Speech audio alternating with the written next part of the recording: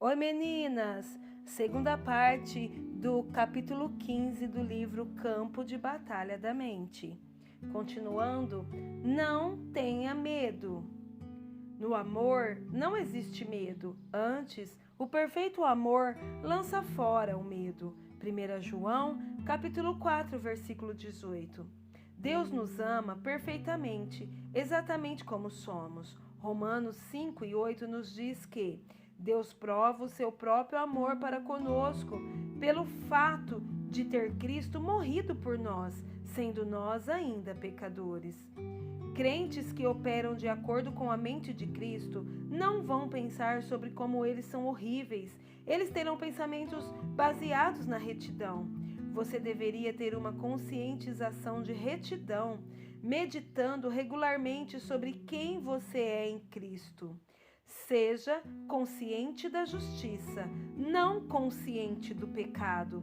Aquele que não conheceu o pecado, ele o fez pecado por nós, por amor a nós, para que nele, através dele, fôssemos feitos, vestidos de, vistos como o exemplo de justiça de Deus, o que deveríamos ser aprovados e aceitáveis em relacionamento correto com ele, pela sua bondade. 2 Coríntios, capítulo 5, versículo 21.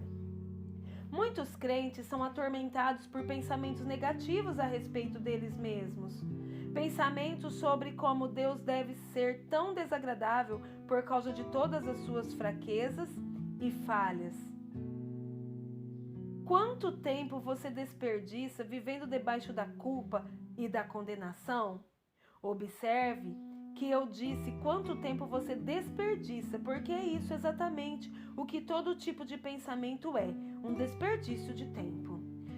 Não pense sobre como você é horrível antes de ter vindo a Cristo. Em vez disso, pense sobre como você foi feito justiça de Deus nele.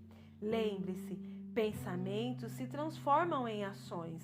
Se você quer se comportar, você deve mudar sua forma de pensar primeiro. Continue pensando em como você é horrível e você apenas agirá de maneira pior. Cada vez que um pensamento negativo, condenatório vier à sua mente, lembre-se de que Deus o ama, que você foi feito à semelhança da justiça de Deus em Cristo. Estamos mudando para melhor o tempo todo. Cada dia você está crescendo espiritualmente. Deus tem um plano gracioso para a sua vida. Essas são verdades sobre as quais você deve pensar. Isso é o que se espera que você esteja fazendo com a sua mente. Pense deliberadamente de acordo com a palavra de Deus.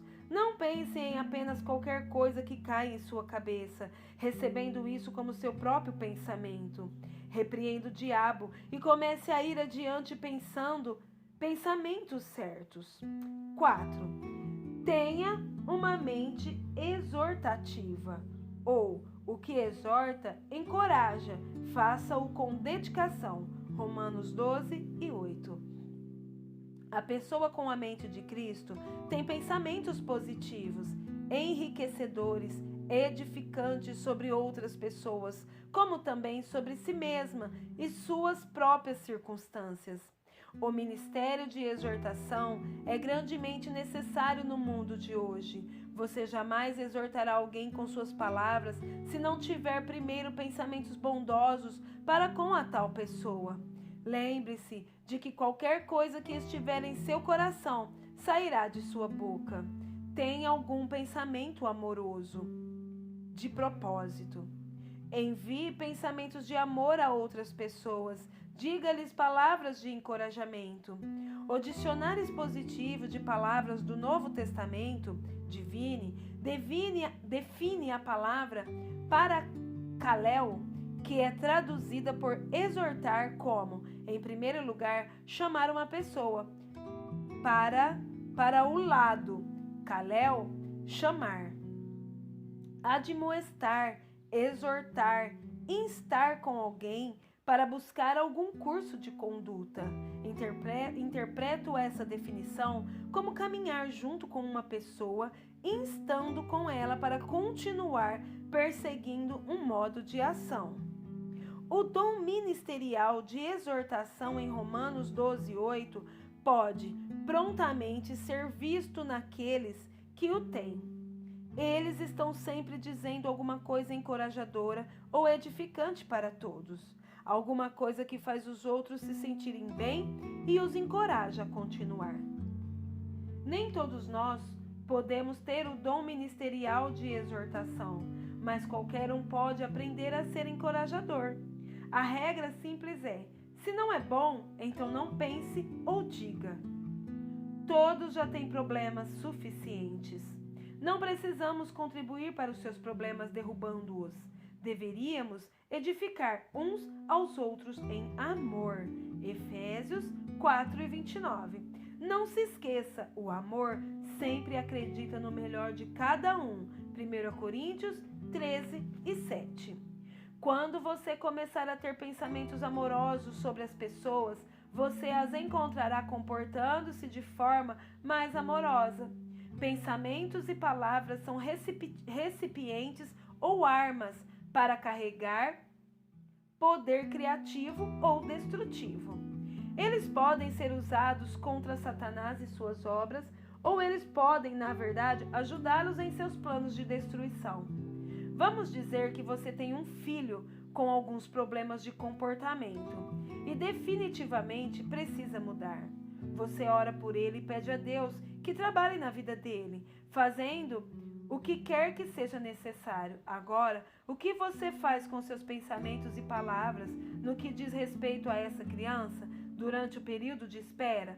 Muitas pessoas jamais veem a resposta às suas orações porque elas anulam o que pediram com seus pensamentos e palavras antes mesmo que Deus tenha tido uma chance de trabalhar por elas.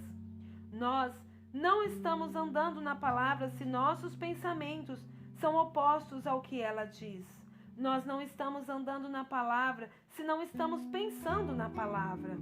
Quando você ora por alguém, alinhe seus pensamentos e palavras com o que você orou e começará a haver um avanço. Não estou sugerindo que você perca o equilíbrio. Se seu filho tem um problema de comportamento na escola e um amigo lhe pergunta como ele está se saindo, o que você deveria fazer se, na verdade, nenhuma modificação aconteceu? Você pode dizer: bem, ainda não vimos um avanço, mas creio que Deus está trabalhando e que esta criança é uma fonte de influência para o Senhor. Nós haveremos mudar de glória em glória, pouco a pouco, um dia de cada vez. 5. Desenvolva uma mente agradecida. Entrai por suas portas com ações de graças e ofertas de agradecimentos, e nos seus átrios com hinos de louvor. Sede agradecidos, rendei-lhes graças e bendizei-lhe o nome. Salmos 100, verso 4. Uma pessoa fluindo na mente de Cristo encontrará seus pensamentos cheios de louvor e ações de graças. Muitas portas são abertas ao inimigo por meio da queixa. Algumas pessoas são fisicamente doentes e têm vida fraca e sem poder por causa dessa doença chamada queixa, que ataca os pensamentos e as conversas das pessoas. Uma vida poderosa não pode ser vivida sem ações de graças. A Bíblia nos instrui repetidamente no princípio da ação de graças. Queixar-se em pensamento ou palavra é um princípio de morte, mas ser agradecido e mostrar isso é um princípio de vida. Se uma pessoa não tem um coração, mente, agradecido, a ação de graças não sai de sua boca. Quando formos agradecidos, diremos que somos. Seja agradecido em todos os momentos, por meio de Jesus, pois ofereçamos a Deus sempre e a todo momento sacrifício de louvor, que é o fruto de lábios que confessam e glorificam o seu nome. Hebreus, capítulo 13, versículo 15. Quando oferecemos ações de graças, a todo momento, em cada situação e em todas as coisas, e assim fazendo, entramos na vida vitoriosa na qual o diabo não pode nos controlar. Como ele poderá nos controlar Se formos alegres e agradecidos independentemente de como as nossas circunstâncias estão? Certamente, esse tipo de estilo de vida algumas vezes requer sacrifício de louvor e ações de graça, mas prefiro sacrificar minhas ações de graças a Deus do que sacrificar minha alegria a Satanás. Aprendi da maneira mais difícil que se me torno resmungona e me recuso a agradecer, então acabarei abrindo mão da minha alegria. Em outras palavras, perderei a alegria para o espírito de queixa. No Salmo 34, verso 1, o salmista diz: bendirei o Senhor em todo o tempo, o seu louvor estará sempre nos meus lábios. Como podemos ser uma bênção para o Senhor? Deixando o seu louvor estar continuamente em nossos pensamentos e em nossos lábios. Seja uma pessoa agradecida, cheia de retidão, não apenas em relação a Deus, mas também em relação às pessoas. Quando alguém faz uma coisa boa para você, deixe-o saber que você apreciou a atitude dele. Mostre a apreciação em sua família, entre os vários membros. Muito frequentemente, tomamos como de direito as coisas com as quais Deus tem nos abençoado. Uma forma certa de perder alguma coisa é não apreciá-la. Prezo meu marido. Nós estamos casados por um longo tempo, mas ainda digo que o prezo. Ele é um homem muito paciente, de muitas formas e tem muitas outras boas qualidades. Sei que deixar que as pessoas saibam que nós as apreciamos, mesmo mencionando especificamente certas coisas pelas quais somos agradecidos, ajuda a construir e a manter bons relacionamentos. Trabalho com muitas pessoas e ainda continuo a me surpreender como algumas delas são tão agradecidas por cada pequena coisa que é feita por elas, enquanto outras nunca estão satisfeitas, a despeito do quanto é feito por elas. Creio que o orgulho tem alguma coisa a ver com esse problema. Algumas pessoas são tão cheias de si próprias que não importa quanto os outros fazem por elas. Pensam que merecem não apenas aquilo, mas muito mais. Elas raramente expressam apreciação. Expressar apreciação é bom não apenas para outra pessoa, mas é bom para nós, porque liberta a alegria em nós. Medite diariamente em todas as coisas pelas quais você deve ser agradecido. Relate-as detalhadamente ao Senhor em oração. E à medida que fizer isso, você descobrirá seu coração se enchendo de vida e luz. Sempre agradeça por tudo.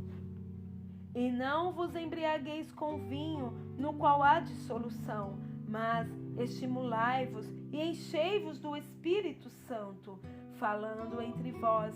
A versão King James diz: falando com vós mesmos, com salmos, entoando com vozes e instrumentos, e louvando de coração ao Senhor com hinos e cânticos espirituais, dando sempre graças por tudo a nosso Deus e Pai, em nome de nosso Senhor Jesus Cristo. Efésios, capítulo 5, versículo 18 ao 20. Que poderoso conjunto de versículos! Como podemos ficar cheios do Espírito Santo? Falando com nós mesmos, por meio dos nossos pensamentos, ou com os outros, por meio das nossas palavras, em salmos e hinos e cânticos espirituais. Em outras palavras, mantendo nossos pensamentos e palavras cheios da palavra de Deus, louvando sempre e dando graças por tudo. 6. Tenha a mente da palavra. Também não tendes a sua palavra, seus pensamentos, permanente em vós, porque não credes, e sois devotados e confiam e dependem naquele a quem ele enviou. É por isso que não guardais sua mensagem viva em vós, porque vós não credes no mensageiro que ele vos enviou. João 5:38. A palavra de Deus são os seus pensamentos escritos em papel para nosso estudo e consideração. Sua palavra é como ele pensa sobre cada situação e sobre cada assunto. Em João 5,38, Jesus estava criticando severamente alguns descrentes. Vemos nessa tradução que a palavra de Deus é a expressão de seus pensamentos e que as pessoas que querem crer e experimentar todos os bons resultados de crer devem permitir que a palavra dele seja uma mensagem viva no coração delas. Consegue-se isso pela meditação na palavra de Deus. Os pensamentos dele podem se tornar nossos pensamentos, a única forma de desenvolver a mente de Cristo em nós. A Bíblia, em João 1, versículo 14, diz que Jesus era a palavra feita carne. Isso não teria sido possível se sua mente não estivesse cheia da palavra de Deus continuamente. Meditar na palavra de Deus é um dos mais importantes princípios de vida que podemos aprender. O dicionário expositivo das palavras do Novo Testamento, Divine, define as duas palavras gregas traduzidas como meditar da seguinte maneira: cuidar, atender, praticar, ser diligente em, praticar no sentido principal da palavra, refletir, imaginar, premeditar. Outra fonte acrescenta sussurrar ou murmurar a definição. Não posso enfatizar de forma suficientemente firme toda a importância desse princípio. Eu o chamo de princípio de vida, porque meditar na palavra de Deus ministrará vida a você e, enfim, aos que estão à sua volta. Muitos cristãos têm se tornado temerosos da palavra meditar por causa das práticas de meditação das religiões pagãs e ocultistas. Mas insisto que você se lembre de que Satanás jamais teve a ideia original. Ele toma o que pertence ao reino da luz e o desvirtua para o reino da escuridão. Devemos ser suficientemente sábios para perceber que se a meditação produz tal poder para o lado do mal, ela também produzirá poder para a causa do bem. O princípio da meditação vem diretamente da palavra de Deus. Vamos verificar o que a Bíblia tem a dizer sobre ele. Medite e prospere. Não cesses de falar deste livro da lei. Este livro da lei não deve se separar dos teus lábios. Antes, medita nele dia e noite, para que tenhais cuidado de observar e fazer segundo tudo quanto nele está escrito. Então farás prosperar o teu caminho e te conduzirás com sabedoria e serás bem-sucedido. Josué, capítulo 1, versículo 8. Nesse versículo, o Senhor está nos dizendo claramente que jamais colocaremos sua palavra em prática fisicamente se não a praticarmos primeiro mentalmente. O Salmo 1, verso 2 e 3 fala sobre o homem devoto e diz: antes, o seu prazer e desejo está na lei do Senhor e na sua lei. Os preceitos, as instruções, os ensinamentos de Deus medita, reflete e estuda de dia e de noite. Ele é como árvore firmemente plantada e cuidada junto à corrente de águas, que no devido tempo dá o seu fruto e cuja folhagem não murcha, e tudo quanto ele faz será bem sucedido e amadurecerá. Medite e seja curado. Filho meu, atenta para as minhas palavras, aos meus ensinamentos inclina os ouvidos. Não os deixes apartar-se dos teus olhos, guarda-os no mais íntimo do teu coração, porque são vida para quem os acha e saúde para o seu corpo. Provérbios, capítulo 4, versículo 20 ao 22. Lembrando-se de que uma das definições para a palavra meditar é atender. Observe esta passagem das Escrituras, que diz que as palavras do Senhor são fonte de saúde e cura para a carne. Meditar, refletir, pensar sobre a palavra de Deus em nossa mente certamente afetará nosso corpo físico. Minha aparência mudou nos últimos 18 anos. As pessoas me dizem que eu pareço ser pelo menos 15 anos mais nova hoje do que parecia quando comecei a estudar diligentemente a palavra e fazê-la o foco central da minha vida inteira. Ouça e escolha. Então lhes disse: atentai no que ouvis, com a medida de meditação e estudo, com que tiverdes medido a verdade que ouvis, vos medirão. Será a medida de virtude e conhecimento também, e ainda se vos acrescentará mais a vós que ouvis. Marcos capítulo 4, versículo 24.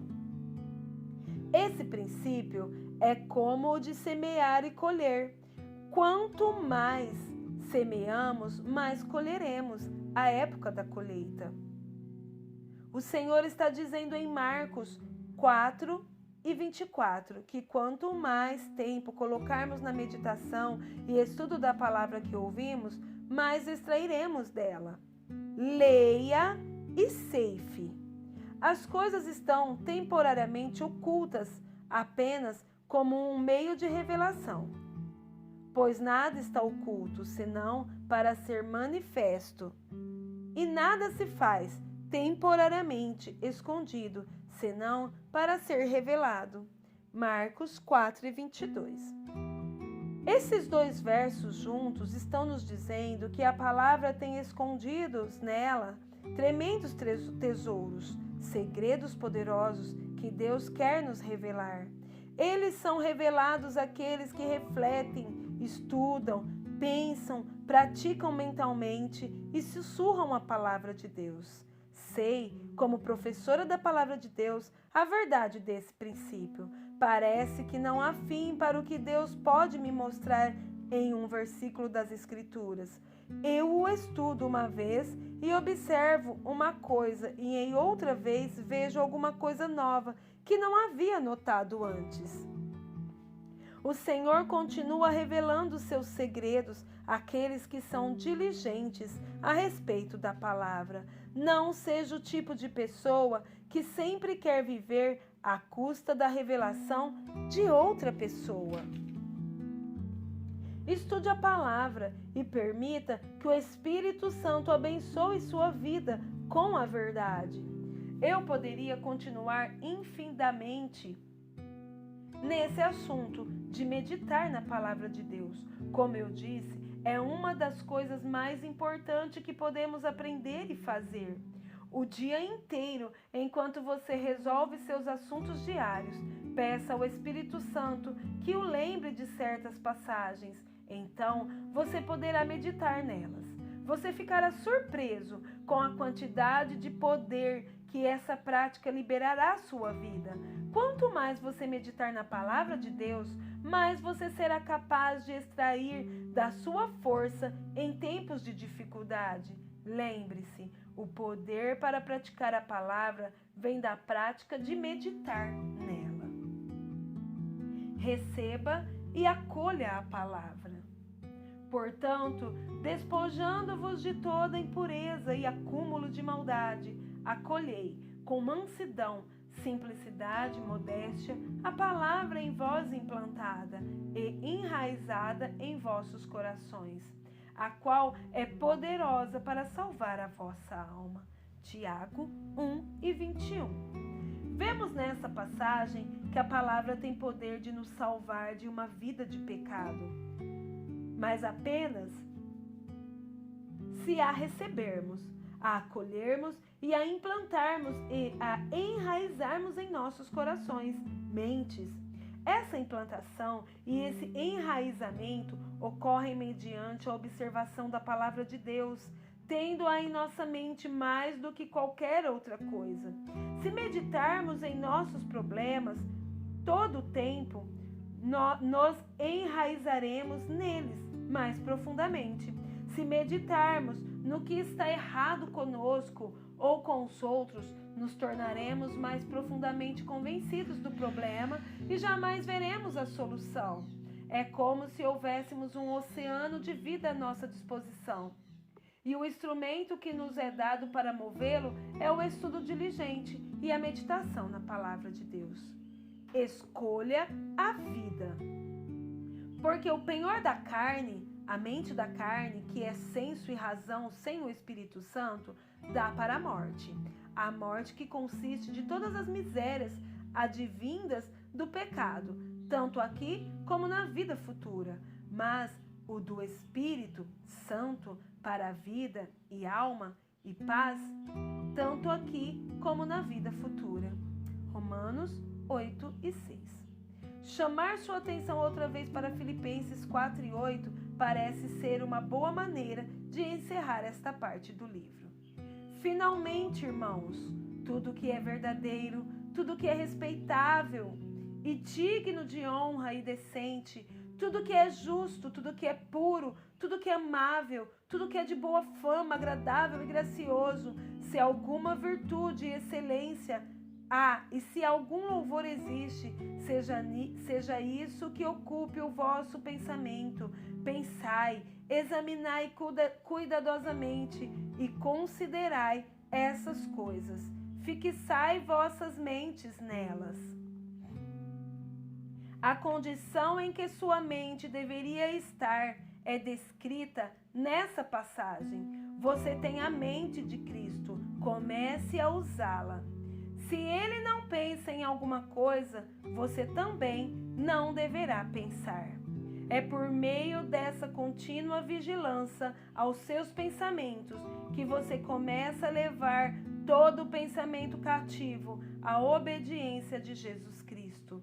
2 Coríntios, capítulo 10, versículo 5. O Espírito Santo é rápido em lembrar-lhe, se sua mente estiver começando a levá-lo na direção errada. Então, a decisão é sua. Você fluirá na mente da carne ou na mente do Espírito. Uma conduz à morte, a outra à vida. A escolha é sua. Escolha a vida.